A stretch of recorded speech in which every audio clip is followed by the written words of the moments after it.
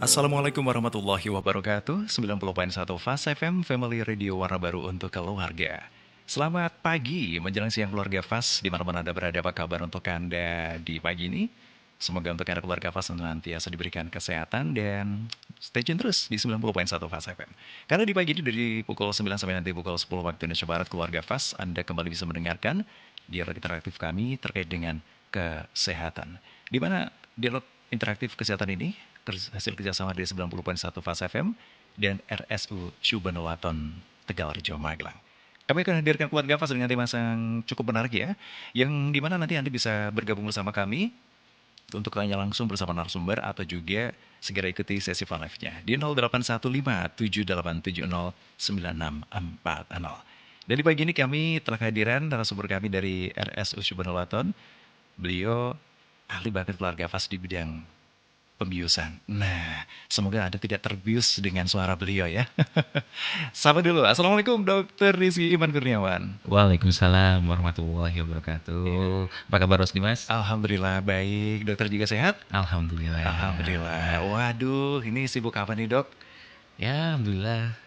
Begini-begini saja. Sehari-hari saya di Rumah Sakit Subhanwaton.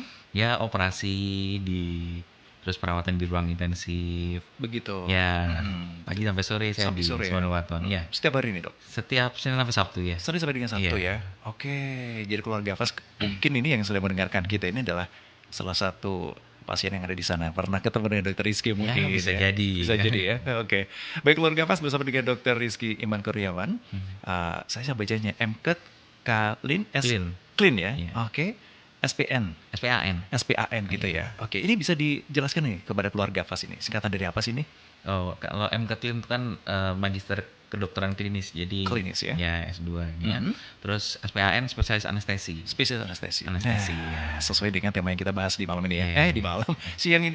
Pagi. Masih pagi, Mas. Mengenal pembiusan dalam operasi. Belum Dimas sudah terbius dengan Dokter Rizky ya kan? Jangan pengen tidur ya. Tidur ya. Keliru-keliru ngomongnya ya. Oke, mengenal pembiusan dalam operasi ini keluarga Fas, kalau Anda mengenal selama ini bius dan juga operasi atau Anda juga pernah melakukan tindakan satu bedah di rumah sakit, tentu ini sangat erat sekali kaitannya ya dok ya. Betul. Tapi apakah semua tindakan bedah itu harus dilakukan pembiusan ya dok? Mayoritas iya. Ya, mayoritas iya ya, karena pasti tindakan bedah itu kan akan menimbulkan rasa nyeri. Ya, nah pembiasannya apa ya itu yang bermacam-macam. Begitu ya. Iya. Oke. Jadi kalau cuma mau buka jerawat gak usah dibius ya. Nggak usah. Ya, gitu. Baik, tentunya ada beberapa tipe-tipe yang memang harus dipahami dulu ya. betul, ya. Nggak serta-merta gitu. Iya. Kalau di RSU Subhanwaton itu, tindakan sebelum pembiusan itu biasanya dilakukan pengecekan atau seperti apa ini dok? Ya, jadi pasien pembiusan ya, dalam hal ini kita bicara dalam hal operasi ya, pasien yang akan operasi. Itu kan biasanya pasti kita persiapkan. Nah, pasien tuh dipersiapkan ada dua macam. Ada yang operasinya itu bersifat harus saat itu juga. Oh, oke. Ada yang bisa direncanakan. Ya. Nah, kalau yang harus saat itu juga artinya kan dengan kondisi pasien saat itu, misalnya apakah tekanan darahnya baik atau tekanan darahnya turun, Itu yang pertama ataukah pasiennya sudah puasa atau belum, itu harus kita hadapi ya, karena memang kalau operasinya bersifat saat itu juga kan berarti operasinya sudah darurat ya, jadi harus kita lakukan apapun. Nah, sedangkan kalau operasi yang terjadwal ya itu kita persiapkan dengan optimal ya, artinya pasien kalau persiapan anestesi biasanya pasien dipuasakan ya. Karena apa ya, karena saat dilakukan pembiusan, apalagi kalau pembiusannya umum, nah itu akan terjadi relaksasi ya. Salah satunya relaksasi itu pada saluran pencernaan. Nah, kalau saluran pencernaannya penuh, yang dikhawatirkan adalah isi saluran pencernaannya bisa naik lagi. Oke. Muntah atau yang paling parah ya isi saluran pencernaannya bisa masuk ke paru-paru gitu. Itu yang berbahaya. Kenapa ya. harus puasa? puasa. Terus selain puasa ya tanda-tanda vitalnya sebisa mungkin normal. Misalnya tensinya masih tinggi, diberi obat dulu supaya normal. Terus misalnya denyut jantungnya rendah atau terlalu tinggi, kasih obat supaya normal. Ya sebisa mungkin semua optimal saat akan dioperasi. Iya. Seperti itu. Seperti Perbedaannya. itu ya, perbedaannya gitu ya. Oke, Dok, sebenarnya ada berapa jenis sih anestesi atau pembiusan ini? Kalau pembiusan sendiri itu pembagiannya 3. Ada ya. 3? 3 itu berdasarkan apa ya istilahnya besarnya pembiusannya. Yang pertama yang paling kecil tuh pembiusan lokal. Lokal itu artinya ya di lokasi operasinya saja lokal. Jadi diberikan kalau bahasa awam itu patiroso. Wah, itu dia. Disuntik patiroso di daerah operasi itu jadi biasanya kayak bisul atau mengeluarkan benjolan-benjolan kecil itu bisa gitu. Nah, yang kedua yang lebih besar wilayah pembiusannya itu namanya pembiusan regional. Regional dari katanya kan regio. Regio itu jadi kita biusnya satu wilayah. Nah, satu wilayah misalnya tangan saja atau kaki saja gitu. Nah, terus yang ketiga ini yang paling besar karena mempengaruhi ke seluruh tubuh, namanya pembiusan umum. Pembiusan umum. Jadi pembiusan umum itu nanti kita memasukkan obat lewat infus atau mungkin lewat pernafasan. Itu nanti pasiennya akan tidur tidak sadar dan tidak merasakan nyeri. Nah, tapi pembiusan lokal maupun regional ini kita harus siapkan sampai pembiusan umum juga, Mas. Begitu? Iya, karena ya bisa jadi saat kita lakukan kita berikan patiroso itu tadi atau kita bius satu wilayah bagian tubuhnya, bisa jadi dia tidak merasakan nyerinya itu cuma sebagian gitu kan. Oleh karena itu kalau misalnya seperti itu kan pasiennya akan kesakitan ya kalau tidak kita bius umum. Biasanya kita tambahkan bius umum pun ada tingkatannya. Ada yang kita cuma tidurkan saja untuk kenyamanan pasien, misalnya kayak kalau pasien takut gitu ya. Ada yang tengah-tengah ya, jadi pasiennya kadang kan kita saat operasi masih butuh dibangunkan, tapi kita sudah berikan pembiusannya sampai nyerinya tidak terasa saat dioperasi gitu, tapi saat gampang dibangunkan. Tapi yang ketiga itu yang sangat dalam, itu biasanya untuk operasi-operasi besar.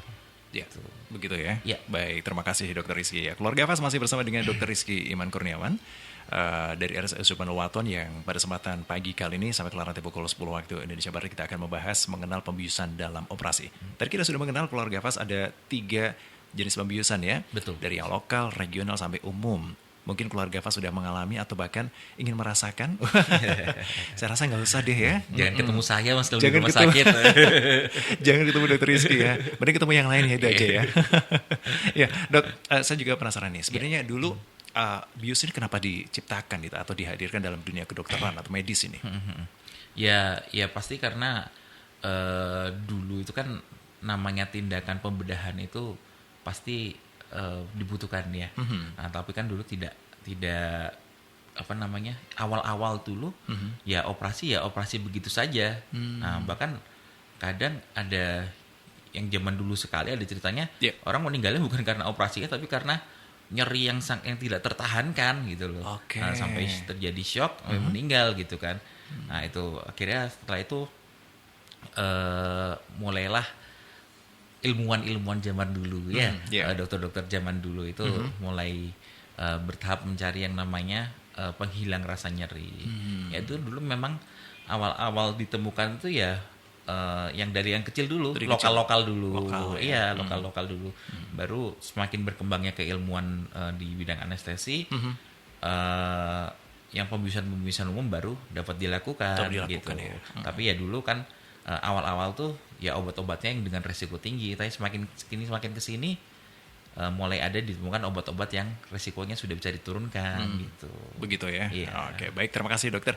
Dok, kalau kita berbicara terkait dengan komposisi atau bahan atau ya ingredientsnya untuk pembiusan tersebut, apakah sama dok dari yang digunakan untuk yang lokal atau hanya beda komposisinya aja gitu? Jadi kalau untuk lokal dan regional itu ada obat yang sama-sama bisa digunakan. Gitu. Namanya itu lokal anestesi. Nama obatnya itu nama obat lokal anestesi. Jadi sistemnya dia di wilayah tertentu ya dia akan mematikan sarafnya, bukan mematikan ya, mematikannya sementara, memblok sarafnya supaya tidak bisa menghantarkan nyeri. Ya sama kayak regional juga. Begitu. Cuma regional pastinya dosis yang dibutuhkan lebih banyak gitu. Begitu. Kalau umum itu beda obatnya. Karena untuk pembiusan umum itu tidak hanya dibutuhkan obat penghilang rasa nyeri, tapi butuh obat untuk tidurnya, untuk relaksasinya. Nah, itu lebih banyak. Jadi kalau umum dan umum juga selain obat suntik juga obat yang ada obat yang diberikan melalui pernafasan. Oh, ada juga ya? Ya, untuk melalui pernafasannya. Begitu. Nama kimianya apa, Dok? Saya catat dulu. Oh ya, nanti di belakang ya, Mas ya. Oke, baik. Jangan dulu ya keluarga Fas ya. Mendingan Anda langsung aja ke ahlinya ya. Jangan coba-coba. Karena sekarang banyak ya anak-anak muda atau bahkan sekarang karena marketplace ini umum banget gitu ya. Betul. Jadi terlalu bebas ya. Terlalu bebas ini. Aduh, ini jangan-jangan sampai salah-salah gitu. Nanti beli sendiri terus diminum sendiri. Bahaya ini keluarga Fas ya. Oke, untuk Anda yang ingin tanya bersama dengan Dr. Rizky Iman Kurniawan dari RSU Subhanul Waton, mengenal pembiusan dalam operasi masih menjadi tema yang sangat menarik untuk Anda keluarga Fas ya. Kami akan diskusi lagi, ngobrol lebih jauh lagi terkait dengan bagaimana pembiusan ini dilakukan terhadap pasien-pasien dari bedah, dari operasi yang kecil dan juga yang lainnya. Sesaat lagi setelah jeda berikut ini kami akan kembali untuk Anda tetap di Dialog Interaktif bersama RSU Subhanul Waton.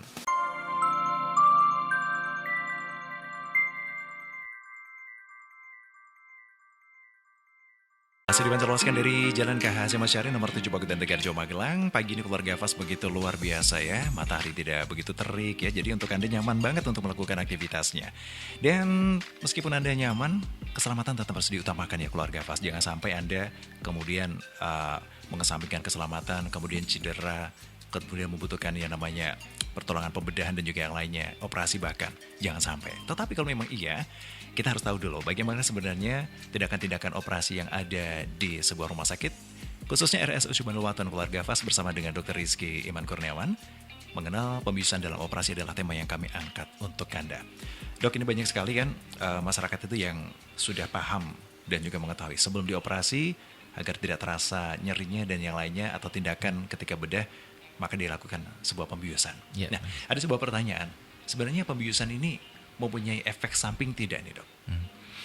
Ya, kalau efek samping sendiri pasti ada ya. Semua tindakan apa kita memasukkan obat-obatan tuh pasti ada efek sampingnya. Efek samping juga mulai dari yang ringan sampai yang berat. Ya. Begitu. Kalau misalnya untuk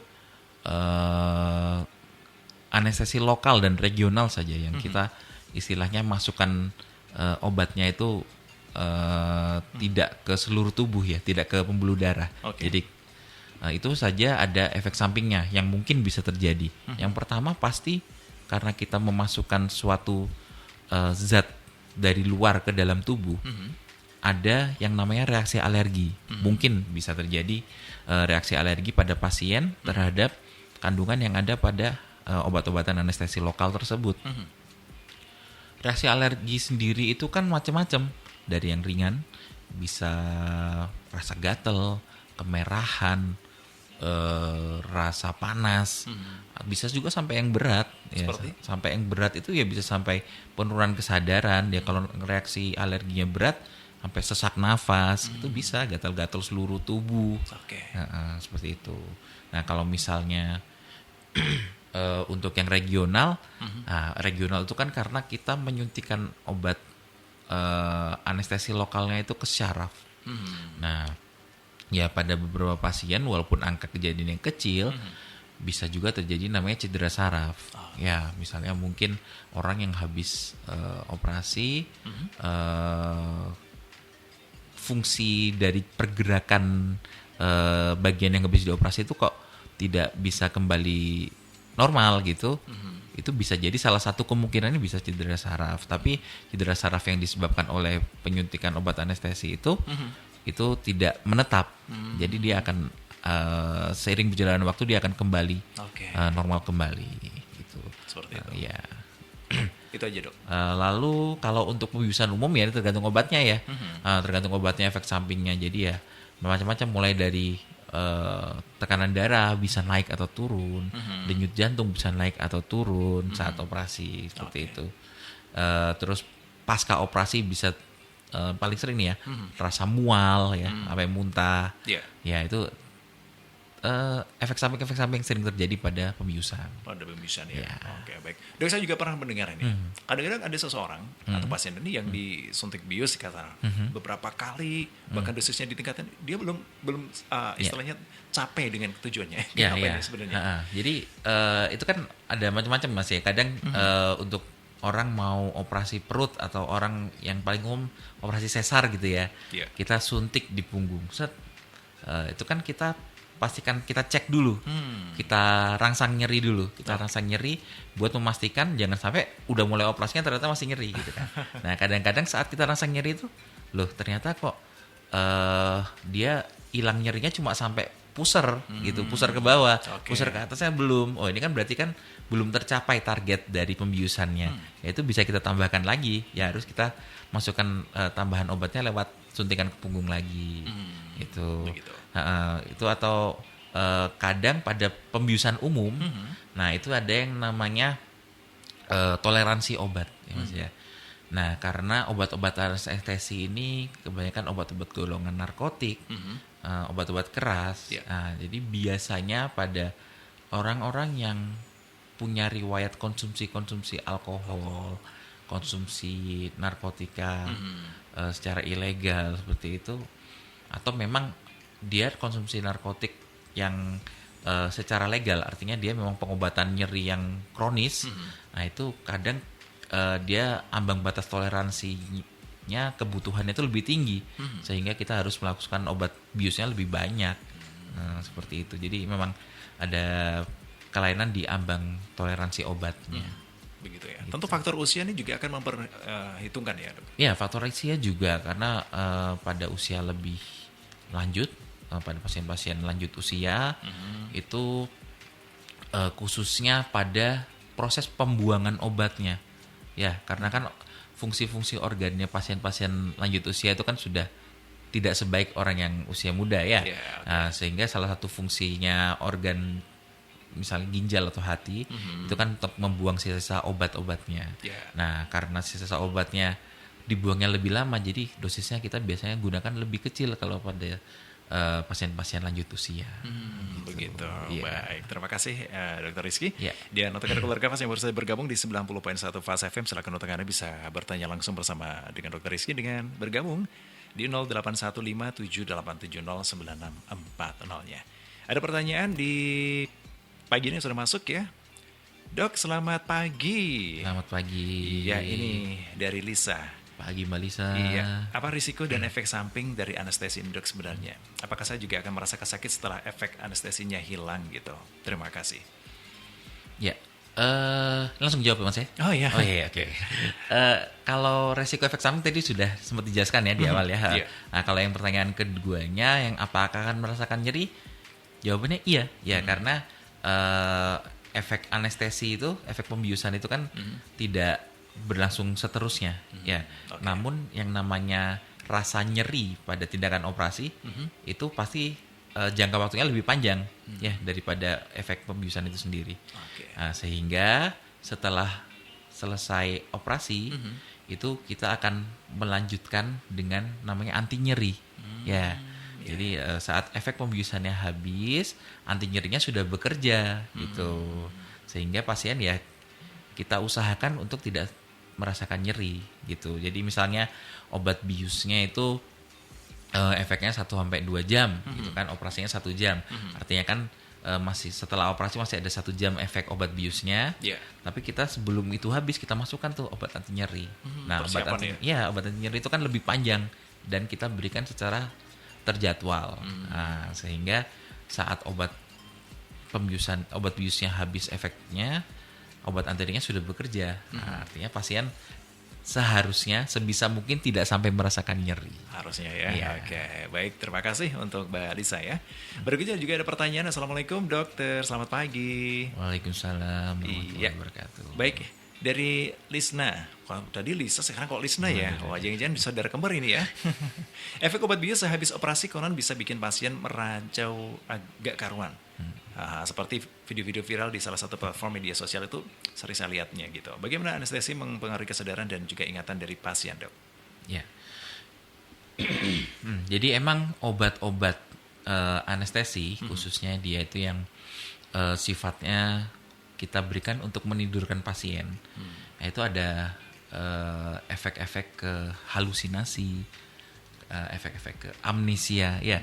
Jadi ada obat itu yang kita berikan memang sengaja seandainya pasien terbangun di tengah operasi itu supaya tidak ingat dan menjadi trauma tersendiri. Nah, jadi obat itu diberikan ada efek amnesia. Jadi pasien tidak akan mengingat Tindakan itu. ya tindakan tersebut. Jadi walaupun misalnya di tengah-tengah operasi nyerinya itu sangat hebat sehingga pasiennya sempat merasa nyeri gitu.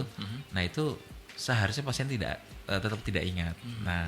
Nah, terus tapi obat itu juga obat tidurnya, obat tidur itu kadang memiliki efek halusinasi. Nah, halusinasi ini ada yang halusinasi baik, ada yang halusinasi buruk gitu. Nah, cuma seiring berkembangnya keilmuan anestesi, ya yang namanya obat halusinasi buruk ini kita sudah kayak ada counternya. Nah, gitu. Jadi ada obat lain yang diberikan supaya halusinasinya tidak buruk gitu.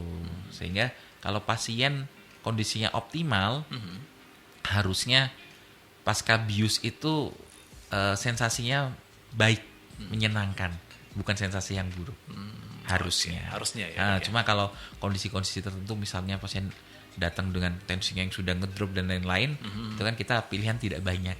Ya mau tidak mau, ya misalnya obat yang kita bisa berikan ada efeknya halusinasi buruk, ya mau bagaimana lagi ya, karena pilihannya tidak banyak. Jadi yang tidak banyak ya. Oke, baik, terima kasih dokter. Berikutnya juga ada pertanyaan nih dari Bu Ningsih yang dari Temanggung. Assalamualaikum, selamat pagi dokter. Waalaikumsalam warahmatullahi wabarakatuh. Pasca operasi SC, sesar mungkin ya? Iya, sesar ya. Saat melahirkan sering ngerasa nyeri pinggang atau gampang banget pegel-pegel di bagian pinggul. Apa ini juga efek samping dari obat bius ketika akan di sesar itu, dok? Ya, kalau efek dari obat bius bukan. Ya, karena obat biusnya sendiri itu pasti akan menghilang dalam waktu 2 jam, 3 jam paling lama ya, kalau untuk operasi sesar. Nah, cuma yang seperti saya jelaskan sebelumnya, ada kemungkinan saat kita melakukan penyuntikan, karena kita kan suntikan di tulang belakang pasiennya. Nah, di situ tuh kan ada yang namanya saraf-saraf. Ya. Ada kemungkinan saat penyuntikan itu menyentuh saraf atau mengenai saraf sehingga sarafnya terdapat luka ya, atau terjadi pembengkakan. Nah, itu mungkin bisa menjadi penyebab ya, mungkin loh, saya bilang mungkin tapi belum pasti. Nah, mungkin bisa jadi penyebab, tapi itu pun akan hilang dengan sendirinya dalam 1 bulan, 2 minggu sampai 1 bulan itu akan hilang dengan sendirinya. Ya, kalau misalnya menetap lebih dari itu, ya sebaiknya dikontrol lagi ke tempat ibu melakukan operasi sesar. Apalagi mengganggu kegiatan sehari-hari ya. Terima kasih Bu Ningsih di Temanggung. Ini ditambahkan, padahal sudah beberapa tahun ini dok gitu. Nah, itu harusnya bukan. Kalau cedera saraf karena kita proses anestesi itu, penyuntikan obat ke punggung itu harusnya tidak sampai selama itu. Baik. Bisa dikonsultasikan ya? Ya, konsultasi. Kemana nih dok? Bisa, kalau misalnya memang munculnya setelah operasi sesar, bisa ke dokter kandungannya dulu. Tapi kalau misalnya dia tidak ada hubungannya langsung dengan operasi sesarnya, mungkin ke dokter saraf. Oh gitu.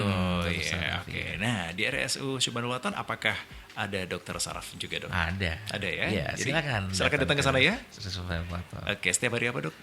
Dokter sarafnya? Iya. Setiap hari ada. Setiap hari ada ya? Setiap hari ada. Setiap pagi. Baik, terima kasih Bu Ningsih yang ada di Temanggung. Jika untuk Anda ingin konsultasi atau bahkan ingin periksa bagaimana kondisi saraf Anda bisa datang juga ke RSU Subhanallah, tepatnya di Jalan Nuren, Purwosari, Kecamatan Tegalrejo, Kabupaten Magelang. Kalau Anda melintas dari Jogja menuju ke Semarang via Tegalrejo atau Kopeng, nah di situ kami di jalur itu ya, keluarga Fas ya. Kalau dari Magelang kanan jalan, tetapi kalau dari Kopeng menuju ke Magelang kiri jalan, keluarga Fas. Anda bisa mendapatkan pelayanan medis dan juga beberapa layanan yang lainnya, termasuk medical check up di sana juga masih terbuka untuk Anda. Kita masih membahas bersama dengan Dr. Rizky, dok. Kita masih membahas terkait dengan bius ini yang saya harap ini masyarakat juga semakin penasaran gitu ya. Betul. Dia semakin tahu, biar tidak takut ya. Betul ya, karena memang apa istilahnya ya, dokter bius itu kan dokter yang tidak dikenal orang-orangnya ya. Karena orang akan ketemu ya, kalau bisa jangan, saya bilang jangan sampai ketemu dokter bius. Karena kalau ketemu dokter bius kan berarti dia mau operasi atau di ruang intensif dirawat. Betul. Ini yang agak-agak mengerikan ya di sebenarnya. balik layar kita. Balik layar ya.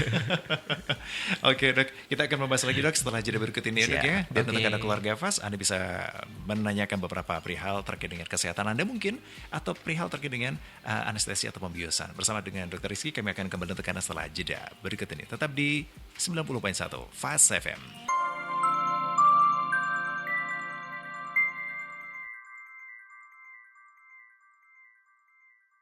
Anda dengarkan dialog bersama dengan RSU Subhanallah Keluarga Fas ya. Dan dengan narasumber kita yang mampu membius kita semuanya keluarga Fas ya. Karena belum kesana saja kita udah terbius dengan suara beliau. Dr. Rizky Iman Kurniawan. Jadi, tapi saya harap Anda tidak usah bertemu beliau ya, keluarga Fas ya. Karena beliau juga berharap Anda semuanya sehat, dalam kondisinya baik-baik saja. Tadi benar yang disampaikan oleh Dr. Rizky bahwasanya kalau ketemu dengan beliau, pasti dalam sebuah rumah sakit ini akan ada tindakan yang cukup ya mengerikan bagi saya. Karena ini mesti ada tindakan bedah dan juga yang lainnya ya dok ya. Makanya dokter anestesi kan tidak dikenal ya mas ya. Tidak dikenal ya. Nggak kayak dokter anak, dokter penyakit dalam, dokter saraf itu kan ketemu pasien langsung. Nah kalau saya ketemu pasien pas mau tidur aja dia. Oh begitu ya? Iya kan mau dibius. Pas kondisi lemah-lemah gitu ya. Udah deh pasrah dok gitu. Ya dok. Sering dilupakan gitu. Padahal yang membuat tidak sadar ya tadi ya. Ya dok, kalau berbicara terkait dengan bius, ini kan tentu banyak sekali hal-hal yang mungkin di luar dari kemampuan kita ya dok ya. Tadi sudah kita bahas sekian kali disuntik, ternyata masih ada rasa nyerinya, dan juga afternya itu dia masih ada rasa nyeri yang luar biasa sekali dok. Nah, saya mau tanya dok, obat anti nyeri yang diberikan tadi itu, apakah itu juga bisa berlanjut terus ketika seorang pasien ini masih merasakan nyeri yang mungkin hebat juga? Ya. Kan harusnya udah selesai ya dok ya? Ya betul. Nah, jadi untuk rasa nyeri sendiri itu kan ada yang namanya nyeri akut dan nyeri kronis ya.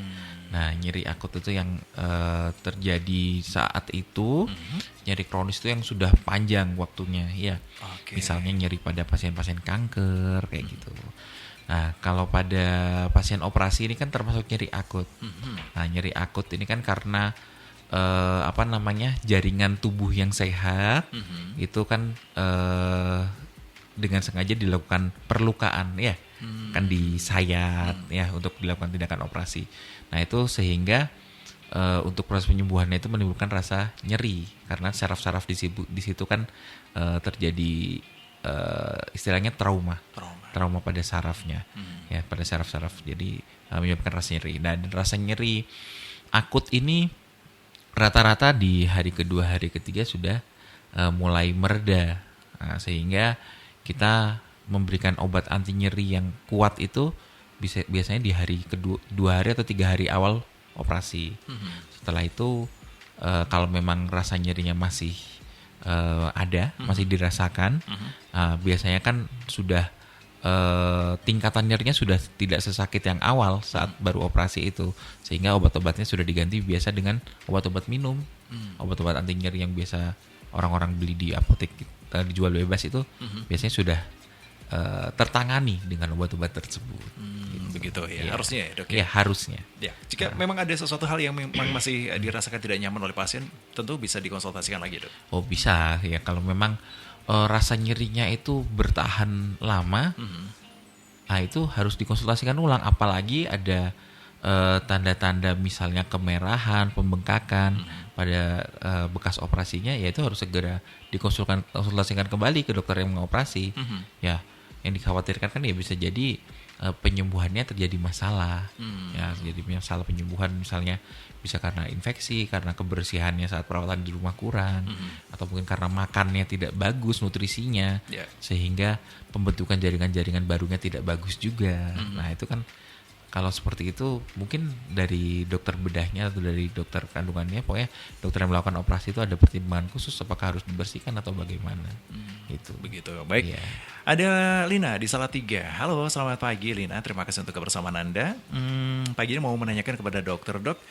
Ibu saya setelah menjalankan operasi kemudian minum obat anti nyeri, ya. Kemudian obat anti nyeri ini untuk obat perawatan berjalan. Tetapi kalau ternyata ada pendarahan ketika ibu mengkonsumsi obat anti nyeri itu? Sebenarnya apa yang terjadi, dok? Terima kasih. Nah, jadi perdarahan kalau kenapa kok yang saya pertanyakan nih, kenapa kok Mbak Lina menyimpulkan perdarahannya karena obat anti nyeri? Nah itu yang harus kita cari tahu dulu, Mbak Lina. Jadi Mbak Lina itu perdarahan pasca operasi itu sesuatu yang tidak normal gitu ya. Kalau perdarahan rebes-rebes di bekas operasinya di hari 1, 2, 3 itu oke. Tapi kalau sampai lama dan apalagi terjadi perdarahan baru, itu sesuatu yang tidak normal.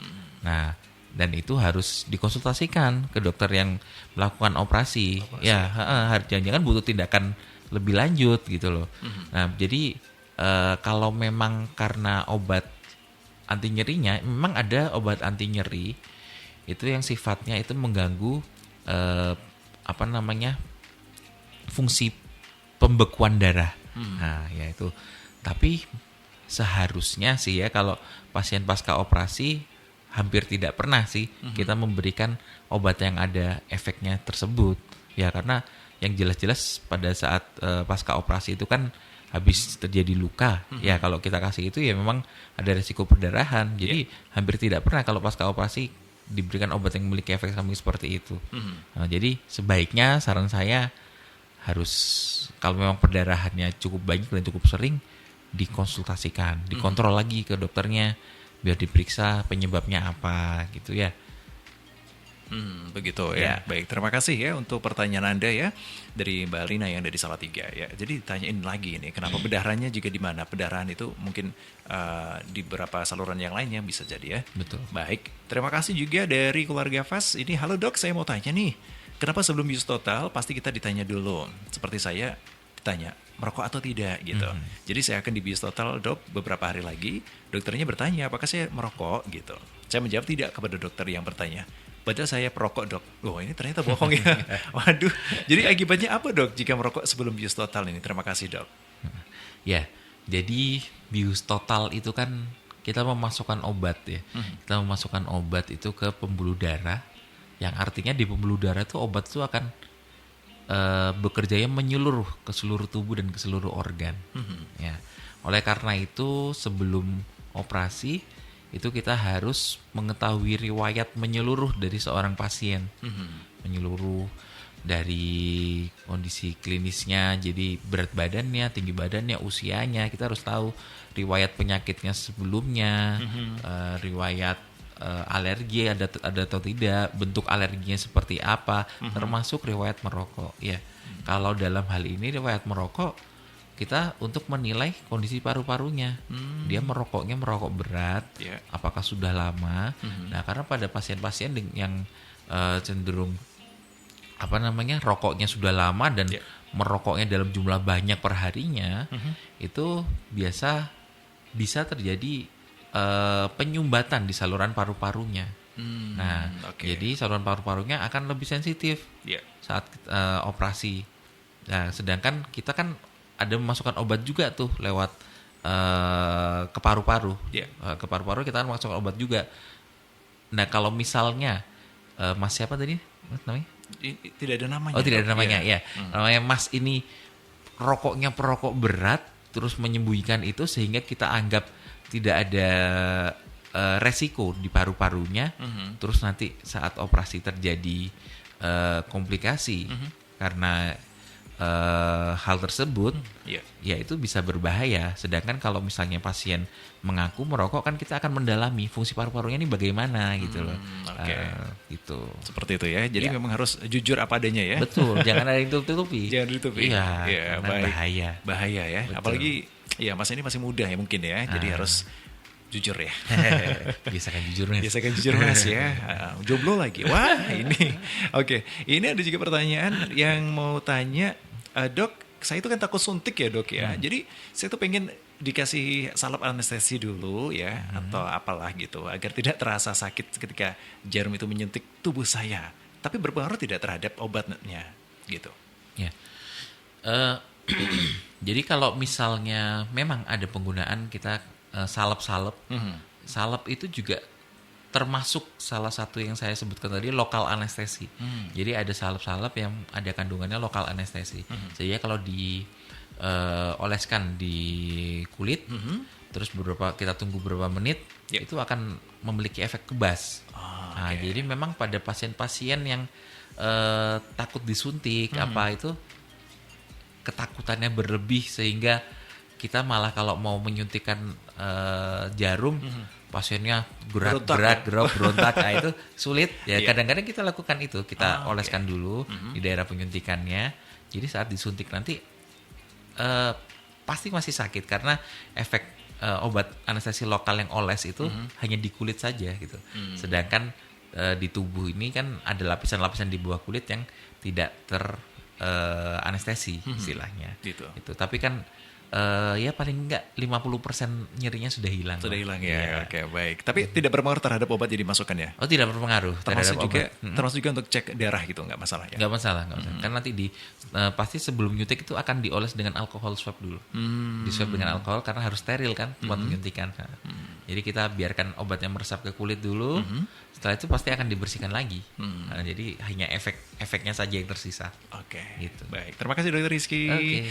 Ada juga satu lagi pertanyaan ini. Mau tanya Dok, bedanya obat penghilang nyeri yang disuntikkan dengan yang ditempel seperti koyo itu apa gitu? Ya. Efeknya yang disuntikkan dan yang ditempel itu seperti efeknya pembiusan umum dan pembiusan lokal. Nah, jadi kalau yang ditempel itu dia meredakan nyeri di sekitar saja. Koyo kan ini dalam hal ini koyo ya. Betul ya. Nah, kalau koyo itu hanya meredakan nyeri di sekitar koyo yang ditempelkan saja gitu. Sedangkan kalau yang disuntikan seperti yang saya sampaikan tadi masuk ke pembuluh darah, artinya dia akan bekerjanya di seluruh tubuh. Jadi disuntikannya di tangan, sakitnya di kaki ya, nyeri di kakinya hilang gitu loh. Jadi efeknya kalau yang disuntikan itu ya ke seluruh tubuh, nyerinya dimanapun gitu. Oke, baik, terima kasih Dokter Rizky dan juga untuk Anda keluarga FAS ya sudah bergabung bersama kami. Dok, ini sebenarnya kita mau bahas panjang kali lebar kali tinggi ya Dok ya. Tapi karena waktunya sangat terbatas, dokter juga harus ada tugas ya Dok ya. Betul. Waduh, sudah ditunggu pasien di sana. Oke, salam untuk seluruh pasien, semoga cepat pulih lagi dari operasinya. Dokter juga sehat selalu ya Dok ya. Amin, sama-sama Mas Dimas juga. Baik, terima kasih juga untuk kebersamaan Anda keluarga FAS. Sesaat lagi pada pukul 10 hingga 11 waktu Indonesia Barat, Anda bisa mendengarkan dialog interaktif kembali, di mana kali ini kita akan hadirkan untuk Anda bersama dengan teman-teman dari Hotel Atria dengan tema Middle East ya, atau ya Timur Tengah, menu-menu. Dokter suka menu-menu Timur Tengah enak itu Mas. Enak ya kan? Mantap banget ya. Makanya untuk Anda keluarga FAS yang pengen penasaran juga dengan menu Timur Tengah ala Hotel Atria, dengarkan dari pukul 10 hingga 11 saat lagi. Dokter, terima kasih. Kita pamit dulu bersama keluarga FAS ya. Oke, keluarga FAS, lepaskan bebanmu, lebarkan senyum, dan wassalamualaikum warahmatullahi wabarakatuh. Waalaikumsalam warahmatullahi wabarakatuh.